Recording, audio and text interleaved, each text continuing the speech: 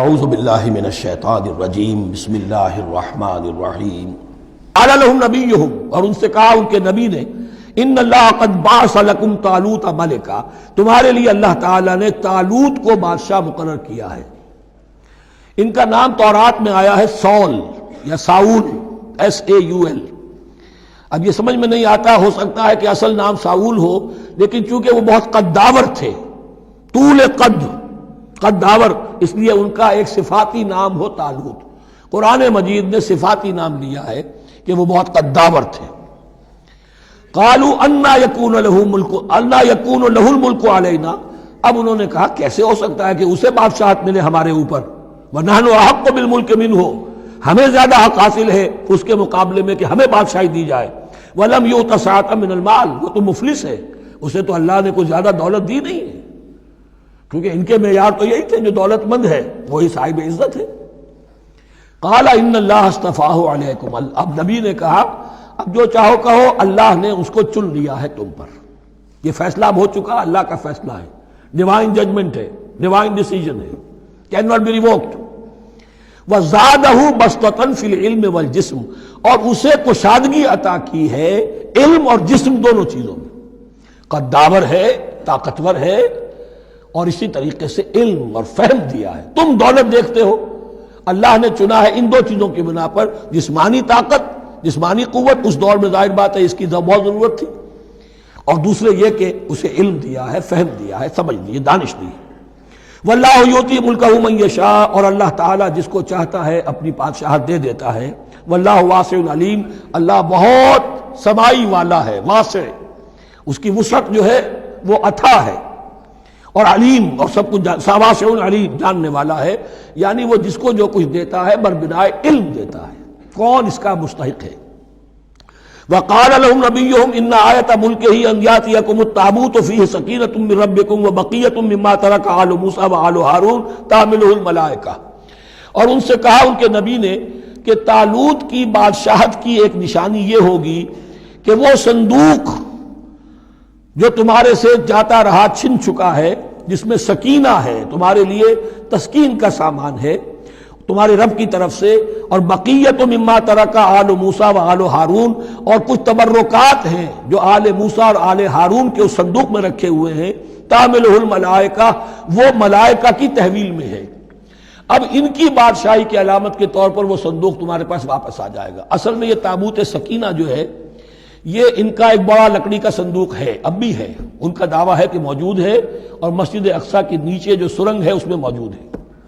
بعض ذرائع سے فوٹو لے کر بھی انہوں نے ڈاکومنٹری فلم بھی ابھی دکھا دی ہے کہ موجود ہے۔ نبوکدنضر نے جب گرایا تھا 586 قبل مسیح میں، جو حضرت سلیمان کا بنایا ہوا ہیکل تھا، اس کے تہخانے میں وہ رہتا تھا، اور وہیں پر جو ربائی تھے وہاں موجود تھے، ربانیین، تو جب گرایا گیا ہے اس کو، ہیکل کو، تو اسی میں وہ دب گئے ہیں، لیکن وہ چاروں طرف سے جو بھی تہخانہ تھا بند ہو گیا ہوگا، اور وہاں پر ان کی لاشیں بھی ہیں اور تابوت سکینہ بھی ہے۔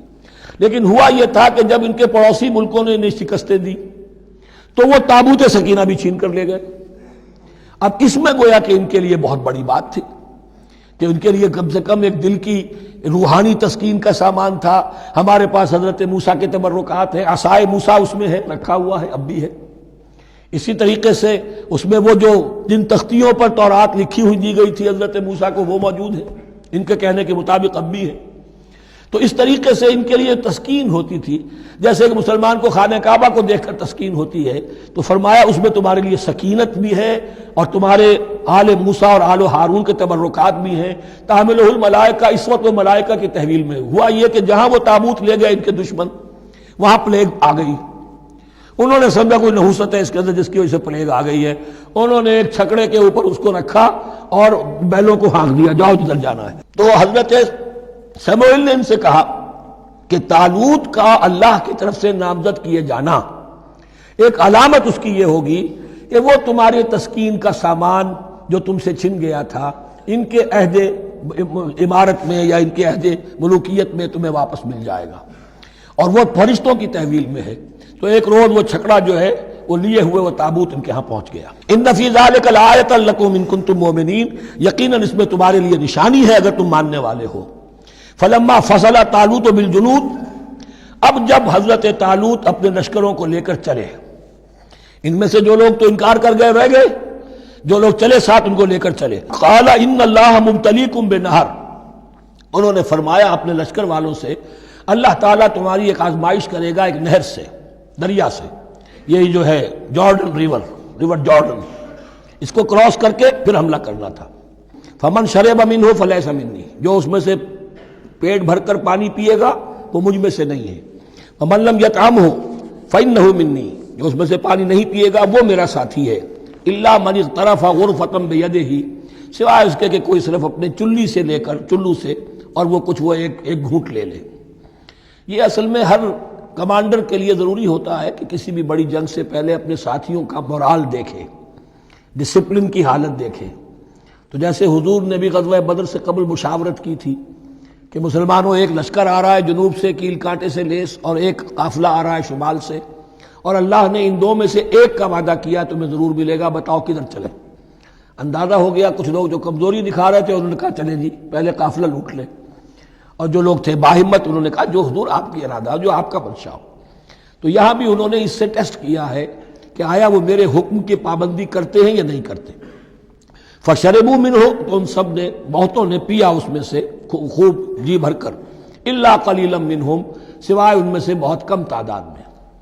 فلما جاوزہ هو والذین آمنوا معہ، تو جب گزرے اس دریا کے پار اترے وہ اور وہ لوگ جو ان کے ساتھ ساتھیہ اہل ایمان رہ گئے تھے، یعنی پہلی سکریننگ پہلے ہو چکی تھی جو قتال ہی کے منکر ہو گئے تھے، اور اس کے بعد دوسری ہو گئی ہے کہ جو اس چھلنی میں سے نہیں نکل سکے، وہ پانی پی کر بے سدھ ہو گئے۔ یہ ایسا ہی ہے جیسے غزوہ احد میں حضور صلی اللہ علیہ وسلم کے ساتھ 1000 آدمی مدینے سے نکلے تھے اور پھر عین وقت پر 300 آدمی ساتھ چھوڑ کر چلے گئے۔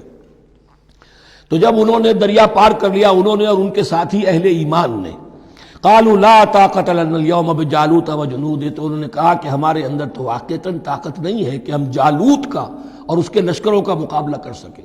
یہ گولیت جس کو کہتے ہیں جالوت، یہ بڑا قوی ہیکل انسان تھا، اور اس کا جو زرہ بختر تھا وہ اتنا پورا جسم ڈھکا ہوا کہ سوائے آنکھ کے سوراخ کے اور کچھ نہیں تھا اس میں، جو نظر ہی نہیں آتا تھا۔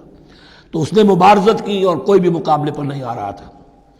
قال الذين يظنون انهم ملاقو الله كم من فئة قليلة غلبت فئة كثيرة باذن الله، تو کہا ان لوگوں نے جو یقین رکھتے تھے کہ اللہ سے ملاقات کرنی ہے، کہ کئی مرتبہ ایسا ہوا ہے، کتنی مرتبہ ایسا ہوا ہے کہ چھوٹی جماعت غالب آ گئی ہے بڑی جماعت پر اللہ کے حکم سے، یعنی آگے بڑھو، ہمت کرو، اپنی جو ہے کم ہمتی کا ثبوت نہ دو، اللہ تعالیٰ کی نصرت سے، اللہ کی مدد سے تمہیں فتح حاصل ہو جائے گی۔ واللہ مع الصابرین، اللہ تو صابروں کے ساتھ ہے۔ ولما برزوا لجالوت وجنودہ، تو جب وہ سامنے آئے جالوت اور اس کے لشکروں کے، برزا ظاہر ہو جانا، سامنے آمنے سامنے آ جانا، اب ادھر ان کا لشکر ہے طالوت علیہ السلام کا اور ادھر وہ جالوت کا لشکر ہے۔ قالوا، اب انہوں نے دعا کی، ربنا افرغ علینا صبرا، اے اللہ ہم پر صبر انڈھیل دے۔ یہ افرغ کا لفظ ہوتا ہے کسی برتن سے پانی اس طرح گرا دینا کسی کے اوپر کہ وہ برتن خالی ہو جائے، گھڑوں پانی ڈال دینا یا کچھ اور برتن میں سے۔ افرغ علینا صبرا، ہم پر صبر انڈھیل دے، صبر کی بارش فرما دے۔ ربنا افرغ علینا صبرا وثبت اقدامنا، اور ہمارے قدموں کو جما دے، وانصرنا علی القوم الکافرین، اور ہماری مدد فرما ان کافروں کے مقابلے میں۔ یہی دعا گویا کہ تلقین کی جا رہی ہے اہل ایمان کو کہ جب بدر کے موقع پر تمہارا مقابلہ ہوگا تو تمہیں یہ دعا کرنی چاہیے۔ صدق اللہ العظیم۔